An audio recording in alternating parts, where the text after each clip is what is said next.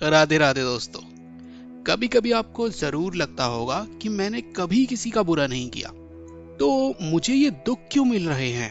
तो आज हम आपको महाभारत से एक ऐसी कथा सुनाने जा रहे हैं जिसे सुनकर आप कर्म सिद्धांत को समझेंगे और आपको पता चल पाएगा कि इस जीवन में कुछ भी बुरा न करने पर भी हमें दुख क्यों भोगना पड़ता है। तो चलिए शुरू करते हैं। महाभारत में एक कथा के अनुसार राजा धृतराष्ट्र के 100 पुत्र युद्ध में मर जाने के बाद उन्होंने भगवान श्री कृष्ण से पूछा, प्रभु मैंने अपने जीवन में कोई भी ऐसा भयंकर पाप नहीं किया, फिर भी फलस्वरूप मेरे 100 पुत्र मारे गए, क्यों भगवान।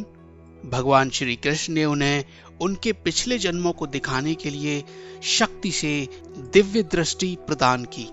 तब राजा को मालूम हुआ कि पिछले 50 जन्म पूर्व वे एक बहेलिया थे और उन्होंने वृक्ष पर बैठे एक पक्षी को पकड़ने के लिए एक जलता हुआ जाल फेंका था, जिससे 100 पक्षी जलकर मर गए थे और कुछ अंधे हो गए थे। अपने पिछले 50वें पाप कर्म को देखने के बाद धृतराष्ट्र ने भगवान श्री कृष्ण जी से पूछा, प्रभु मुझे इस पाप कर्म का फल मिलने के लिए 50 जन्म क्यों लगे।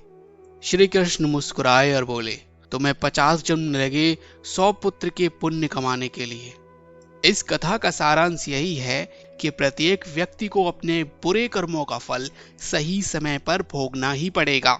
अतएव यह स्पष्ट है कि जीवन चक्र किसी को नहीं छोड़ता, इसलिए हमें हर परिस्थिति में पुण्य कर्म करने चाहिए।